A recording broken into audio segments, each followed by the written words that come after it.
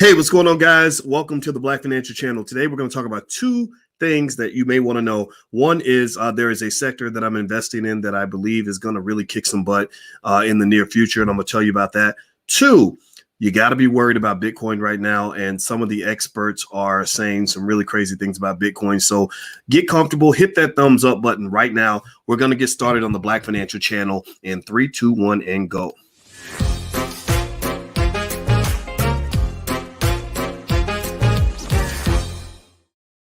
Hey, what's going on, guys? Welcome to the Black Financial Channel. That's theblackfinancialchannel.com. My name is Dr. Boyce Watkins. I'm your friendly neighborhood finance professor.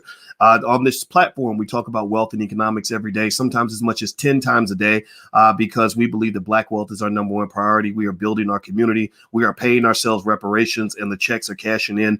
We believe in putting ourselves at the top of the priority list, and that means that our community matters more than any other community. We will save ourselves before we save anybody else. If you agree with this philosophy, put a hashtag B and the number one in the chat. Hashtag B1 is our calling card. That's what we do. That's what we believe. So let's get it started here. I want to talk to you guys about a couple of quick things before I actually go over to my Twitch channel. I'm going to spend some time gaming with my homies. We play Call of Duty sometimes on the weekend. So if you are into that kind of thing, feel free to go to twitch.tv and look up Dr. Boyce Watkins, and you will find me in the war zone on Call of Duty, busting heads and blowing brains out. That's what I do. That's what I have fun doing. And if you think it's immature, then that's absolutely true, because maturity is highly overrated. Once you make your money and you handle your business, you can do whatever the hell you want. That's what being a boss means. Now, with that said, here's the deal.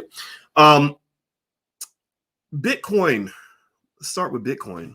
How many of you own Bitcoin? Give me a yes or no in the chat if you own Bitcoin. I'm raising both hands because I own some Bitcoin. I got to check how much I own. I own a lot. I own a lot of Bitcoin. I have done dollar cost averaging on Bitcoin for a while, and I own a lot of it.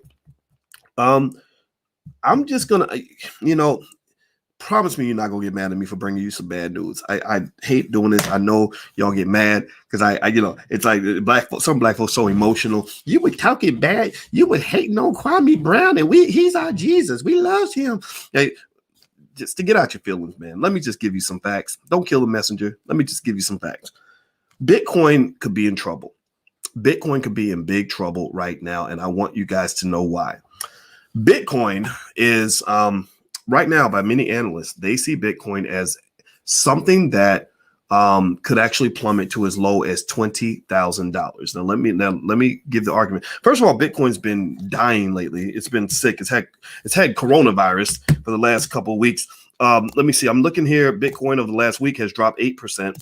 Today, it dropped 5%. This month, it's dropped 35% from a high at the beginning of the month of about 59K to about $34,418.49, which sucks. Now, the good news is that Bitcoin has gone up 254% over the last year. That's a good thing. Now, here's what you have to deal with, though. Bitcoin is, according to technical analysts, and I'm real hesitant to really lean on this too much, because when I was in graduate school, technical analysis was seen as almost sacrilegious. It was almost seen like, economic voodoo. But I think technical analysis actually has some merit. That's what I wrote. Actually, I wrote my dissertation on a form of technical analysis called momentum trading and reversals. So I do believe technical analysis has some merit, and it's something worth at least listening to. Basically, the argument that's being made right now with Bitcoin is that Bitcoin has become shaky because the volatility has gotten so messy that it's the number one reason for existing. Its number one reason for becoming so popular is starting to disappear. The biggest thing you had with Bitcoin was you had more institutional ownership. You had the big money, the smart money, the billionaires were buying into Bitcoin because they saw Bitcoin as an adequate store of value. They saw it as a great hedge against inflation. They saw it as a great place to put their money. Now that's starting to come under question. Elon Musk kind of shot a little bit of that when he started hating on Bitcoin and attacking it. And a lot of corporate money managers are saying, I don't think I want to put my job on the line to own the Bitcoin. And it's showing due to the fact that many of them are starting to sell their Bitcoin at a loss. They're thinking, my God, I can't handle a 34% loss in a month. It might be a good long-term investment, but by that time I will have lost my job. So a lot of big institutional money managers, they don't hate Bitcoin. It's not that they don't think Bitcoin can't be something that works long-term. They're just looking for things that where they can put their money where it's going to be a little bit safer. where you can still get that hedge against inflation without having the roller coaster ride that comes with it. Stable coins, for example, are something that they're looking at where you can get a nice little 7% yield. You could get relatively low risk, and that allows you to still jump in the crypto boom without necessarily getting on the bull roller coaster ride of Bitcoin. Bitcoin has had 3 major drops in the last 10 years. They had one drop in 2011 of about 93%. That was when Bitcoin was new. Very few people were using it. That market crashed back then to almost nothing, to smithereens. 2014, you had another crash of 84%. In 2018, you had another crash of 84%. So what they're basically arguing is that if you see something happen now that's similar to what's happened in the past, you could see Bitcoin drop to as low as $20,000. So the question I ask you is this. Give me a yes or no. I'd be curious to know what your thoughts are. If Bitcoin were to go to $20,000 next week, 20,000, because it's already gone down over $20,000 actually. It was as high as 64,000. It's gone down 30K already. If Bitcoin went down another 14K and hit 20K and sat there for 3 years, do you have the patience and the ability to hold Bitcoin long enough to wait for Bitcoin to hopefully rise back from the dead, with no guarantees that that's going to happen? There's no guarantees in this game. Like, Bitcoin has been alive for a very short amount of time. So, I mean, Beyonce's career is twice as long as the age of Bitcoin. So you're not talking about some asset that's got 100 years of data we can look at. You're really talking about the last decade. And even when you had the big percentage drops, you had a different dynamic in the underlying asset. There's a difference between a 96% drop when the asset is at $10 versus a 90% drop when it's at 64,000. So those are two different regimes that you're really talking about. But can you hold that long? Can you hold? Give me a yes or no. If somebody says, it won't. Okay, Jay. I hope you're right, J9. Maybe you're right. I mean, we believe in white Jesus, and we also believe that Bitcoin is going to never fall, and that Dogecoin is going to go to the moon. I hear all of that. It's like a religion. It really is religious. Yeah, Mario says no. I'm going to tell you, I'll probably hold just because I think that there's long-term potential there, but I'm holding in a very squeamish way. I don't believe for sure that this is going to work out. I think that this could end very badly because there's too many uncertain variables out here, too much weird regulation. There's no regulatory clarity around crypto, and that's one of the biggest problems you have. China's already making it real clear. We don't want this stuff here. We want to get a piece of the action. The Chinese government, biggest gangsters in the world. Well, they're probably first with the U.S. government coming in a close second. So believe me, China's the original gangsters, but the United States government is going to be the secondary gangsters, and I believe they're going to come in and get their piece and claim to create order in this market by making sure that they're getting a big chunk of it, which might mean killing off some of your cryptocurrencies. I'm not saying that for sure, but you got to be real careful. Okay, so hit the thumbs up button, hit the thumbs up, share, subscribe button, and also financialworkbooks.com is on the page. If you're interested, we actually have financial workbooks and flashcards for children, Black children. We designed them for Black children. They were designed by Black educators, by Black experts in the Black community. If you're interested in taking a look, just go to financialworkbooks.com.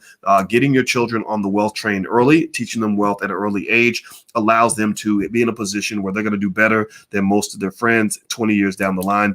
So we don't want your kids to be stuck like a lot of the adults are now, stuck with student loans, stuck with jobs that they hate, stuck with no money in the bank. I want your kids to have a better future. So you got to start now. So feel free to go to financialworkbooks.com if we can help you.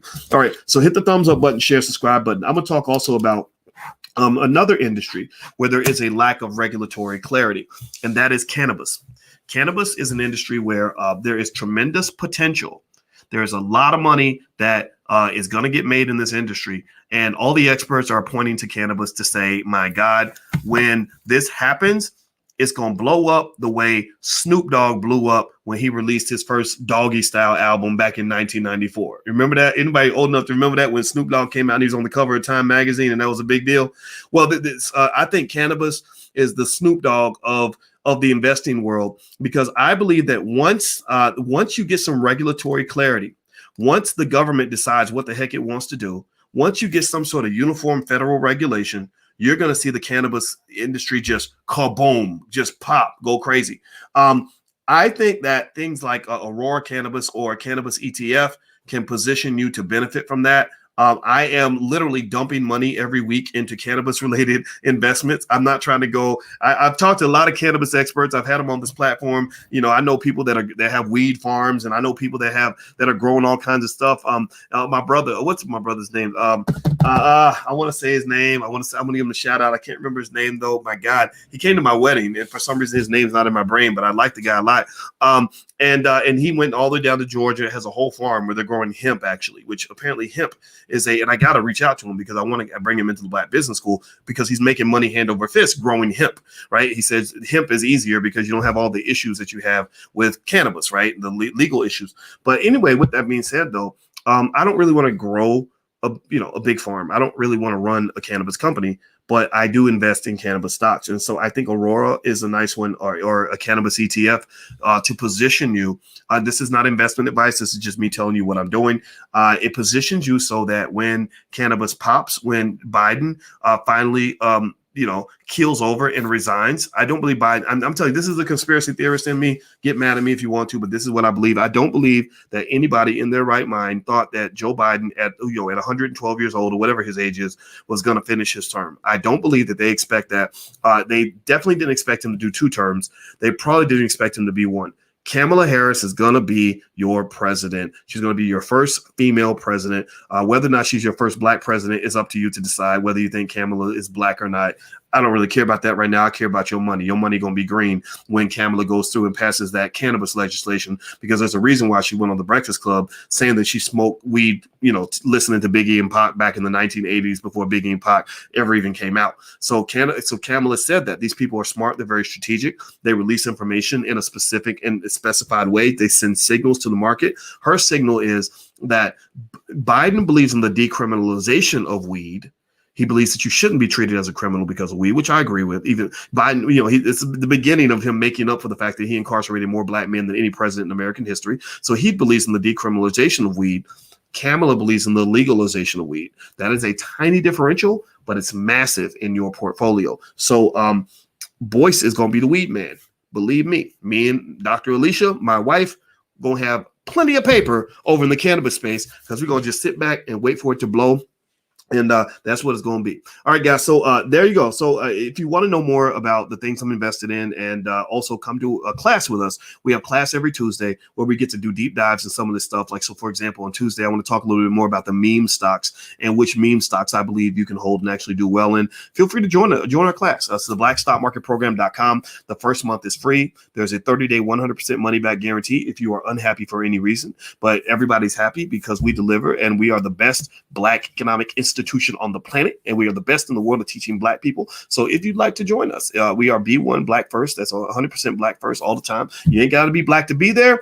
But just know that we are here to build the Black community, not build anybody else's community but ours. And we don't celebrate nonsense. We don't celebrate rappers just because they're rapping. We celebrate Black people building Black wealth, and that's what we're all about. So if you'd like to join, even if you're not Black, that's fine. Just like I could go to Notre Dame. Notre Dame's a Catholic school. I ain't got to be Catholic to go to Notre Dame. Well, same thing is true. You ain't got to be Black to come to the Black Business School, but you got to know what the Black Business School is all about. We are B1 Black First. So feel free to join us in the Black Stock Market Program. We have class every Tuesday at 11 a.m. Eastern, and you can come in, ask me questions, send your questions in advance. I answer every single question the students submit, and that's a really fun thing that we do every Tuesday. So feel free to take a look, and I'm out of here, guys. So hit the thumbs up button, hit the share button, hit the subscribe button before you go, and I'll be back in a little bit. But right now, I'm going to go play some Call of Duty and hang out with my friends, and I'll see you guys soon. Take care, and have a nice day. See you soon. Peace.